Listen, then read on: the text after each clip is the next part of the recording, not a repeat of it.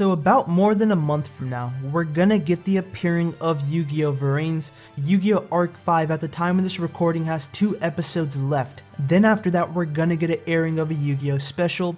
Now I have no idea what it's gonna be about. Maybe it might be just certain scenes and clips of Yu-Gi-Oh! Arc 5 just to say goodbye to the viewers. Say goodbye to all the Arc V fans that are watching in Japan.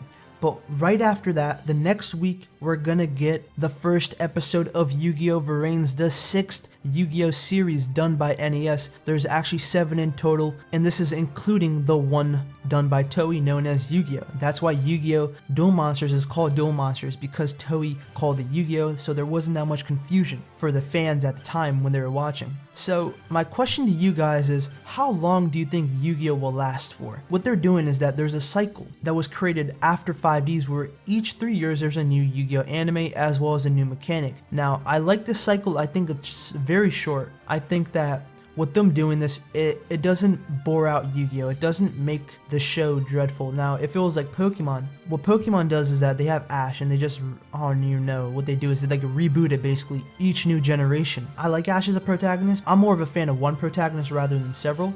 But when you look at it, Yu-Gi-Oh! Does it better than Pokemon in the sense of, okay, each 3 years we're gonna get a new protagonist, we're gonna get a new idea, we're gonna get a new plot as well as a new summoning mechanic. So each niche of Yu-Gi-Oh! Fans, the anime fans, the card game fans, are both. And I'm not both, like I'm more of an anime fan, you guys can definitely tell that by my channel, but I'm also a card game fan as well. Not as much as some of you guys are, but I like both, and I'm a huge fan of this link summoning mechanic now. It's very confusing, but once it does roll out, once we do get the ability to link summon, I guarantee you most of us are just gonna figure it out within a week or so because we're more adapted, we're into the Yu-Gi-Oh! Anime as well. And I guarantee you in the first few episodes of Yu-Gi-Oh! VRAINS, we're gonna get a tutorial. We're gonna get a tutorial from Yusaku or someone else on how to link summon. So everything I listed are ideas that are within a 3-year span. Now the question is, how long can they do this? How long can they keep this up? Because with every new series comes a new mechanic, and with every new mechanic, the game gets somewhat confusing. Now, when I made my link summoning video, you guys can go down in the comment sections and you can see that, holy shit, that's basically everyone's reaction. They're like, oh my lord, the card game's all over the place. I don't know how to link summon this, that. And that's the general response from a lot of fans because we haven't done it yet. There's some examples up on YouTube and you guys can watch that, and of course, you'll get a better understanding of it, but you most likely won't know it until you do it.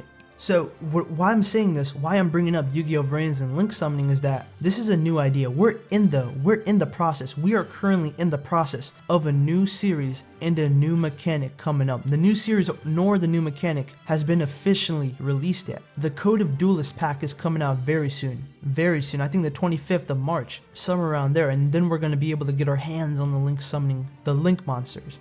But what I'm trying to say is that there's already confusion. Now imagine this confusion, but times that by 3 other series. Now I'm very lucky to say that I've watched a good amount of the Yu-Gi-Oh! Series and I know how the card game works. Even though I don't pendulum summon because I don't like it, I know how to do it.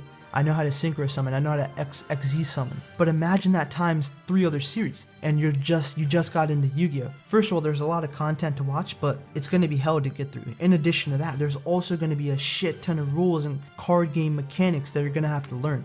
So I can see the stress from that.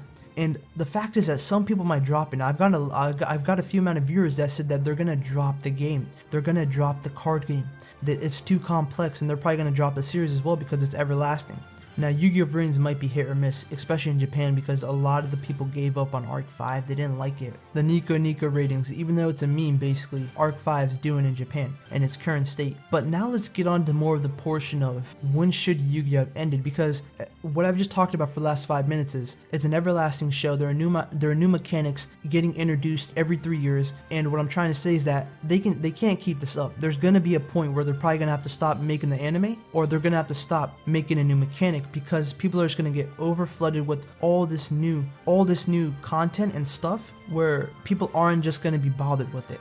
At least in my opinion. Now when should Yu-Gi-Oh! Have ended? And this is more of looking at it as an anime, because the Yu-Gi-Oh! Anime is basically a 21-minute commercial to promote the Yu-Gi-Oh! Card game. That's basically what it is. Now, if you look at each duel, there's one moment, I promise you, one moment in each duel where a Konami representative or someone at Konami was like, activate this card and make it in the baddestest fashion ever. And when that happens in the anime, I guarantee you, when Konami's looking at their charts or whatever, and they see this, and they see Shooting Quasar Dragon first being introduced, and bam, you look at the chart, and the chart's breaking the meters, or the chart has a little incline, and that's representing how much sales it got compared to all the other cards. All the other cards might be flat in terms of sales, and then you look at that one card that was introduced in the anime and had a badass summoning, had a badass move, had a badass attack, or even had a badass line. Like Yusei says some awesome line.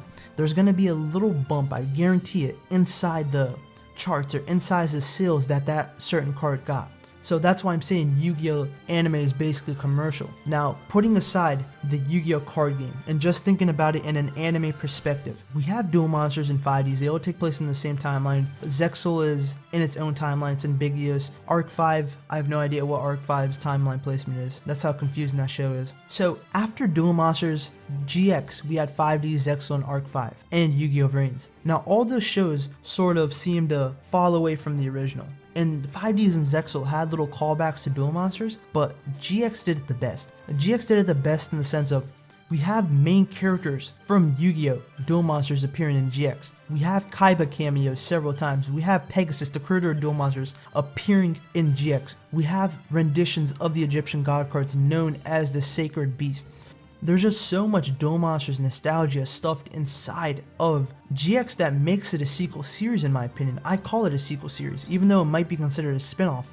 Technically, I just call it a sequel series, and I think you guys should as well. Now, you might disagree, and of course that's fine. You can disagree with me all you want.